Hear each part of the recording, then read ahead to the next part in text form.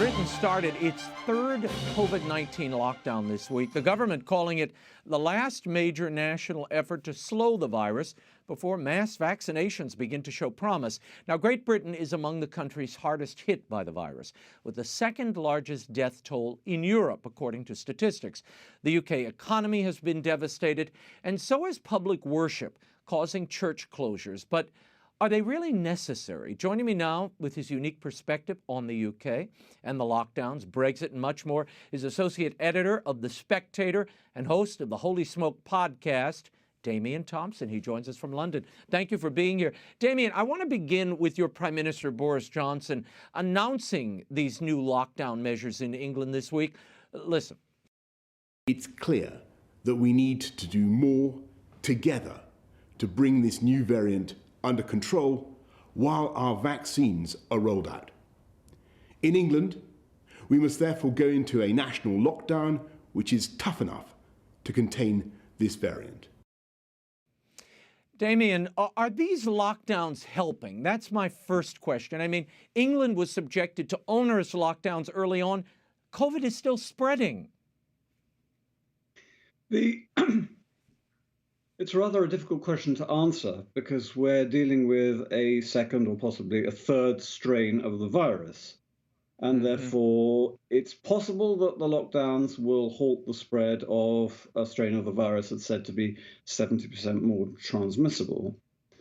I think a crucial point to make is that, to my surprise, this draconian new lockdown hasn't banned communal worship. The government seems to be okay with very distanced, social distanced attendance at Mass, which it wasn't during earlier lockdowns. And that's quite a contrast with the first big lockdowns when all churches were shut, even for private prayer, and with the oddly enthusiastic support of the Catholic bishops. Some of them seem to have found their true vocation as finger-wagging health and safety experts.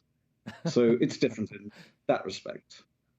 You might ask what's changed, and yes. I think one of the things that's changed is that there's been a backlash from priests who, in some parts of the country during the earlier lockdowns, felt that the diocesan Stasi were just sort of waiting to pounce on them if they celebrated the sacraments.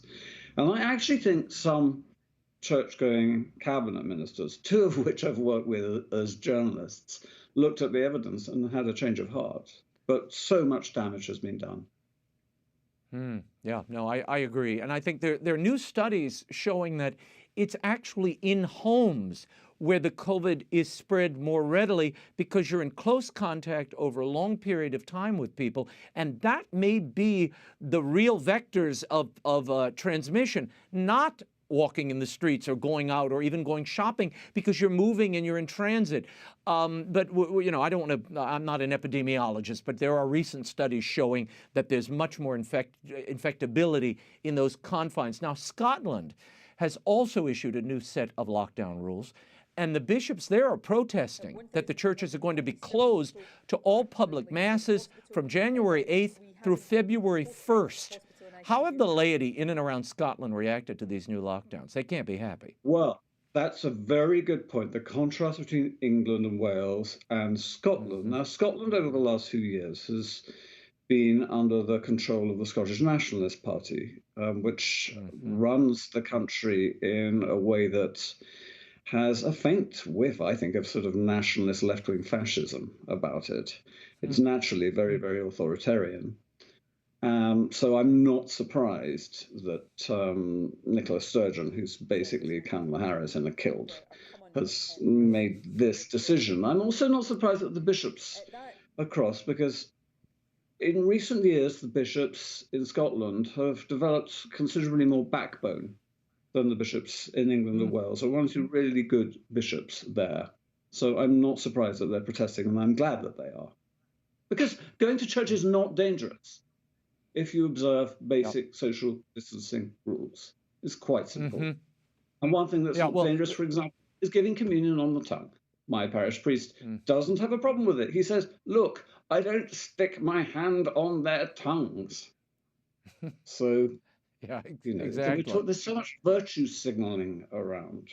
A lot of this, a lot of that virtue signaling is driven by fear and not knowing how this virus is communicated and watching these statistics ebb and flow. And frankly, people panic. Well, I don't dismiss the wearing of masks as virtue signaling in all circumstances. I wear one myself. Sometimes I don't want to catch this new strain. I think there are people who would have been willing to go to church during the first lockdown who are wary, I think wrongly probably, of going to church during the second lockdown or the third lockdown, in fact, because they're worried about this strain, which is more transmissible. We don't know how lethal it is compared to the other strains, but certainly it's causing a tremendous amount of alarm. But the problem is that the clergy are natural virtue signalers. I referred earlier to their natural vocation as health and safety officers. They absolutely love this area of bossing people around. And for me, it was summed up not in the Catholic Church, but by the ridiculous spectacle of the Archbishop of Canterbury, Justin Welby, celebrating his Anglican Eucharist, wearing a mask with nobody next to him as he confected whatever they do, and a choir behind him singing without masks. And that's what I mean by virtue signaling. And by the way, the Church of England is going to collapse even faster than the Catholic Church. It's in desperate trouble, because what we're really looking at, certainly in the Church of England, but also very worryingly in the Catholic Church, is COVID will be used as an excuse by bishops to close parishes that they've been wanting to close for years. And now it's a kind of get out of jail free card. And that's very upsetting, because people lose faith in their own parish community. Because they don't know if they're going to be there. This virtual mass going is not working. It's not helping the parishioner, it's not helping the parish, and it certainly isn't helping a sense of community and communal worship. Pope Francis was not physically present for his New Year's Eve liturgy due to what the Vatican described as painful sciatica. In a prepared text read aloud by Italian Cardinal Giovanni Battista Re, the Pope said, "It might seem forced, almost jarring, to thank God at the end of a year like this marked by a pandemic." He went on to thank those who gave of themselves to help others during this pandemic. And he said his thoughts are with families who have lost one or more members, or those who've been sick, or those who've suffered loneliness, and those who've lost their jobs. Has the Catholic Church, led by the Vatican, done enough to advocate for and find creative solutions to allow public worship during this pandemic, in your estimation? No, of course it hasn't. The Catholic Church globally seems to be utterly obsessed with establishing its credentials as a participant in some sort of global dialogue with internationalist bodies, with its own form of virtue signaling. I mean, I was pretty horrified by the Pope's New Year message, which didn't mention Jesus or God, but was sort of globalist waffle. And I'm not one of those people who gets into the New World Order stuff, but even so, the Vatican's absolute obsession with polishing its halo on the world stage, the secular world stage, is something that is mystifying and troubling, to so many Catholics. Before I let you go, the UK split from the EU. It's now official as of January 1st. What effect, if any, are you seeing as a result of Brexit already taking place in the UK? Well, the thing is, Brexit is finally history because we've done it. We've left.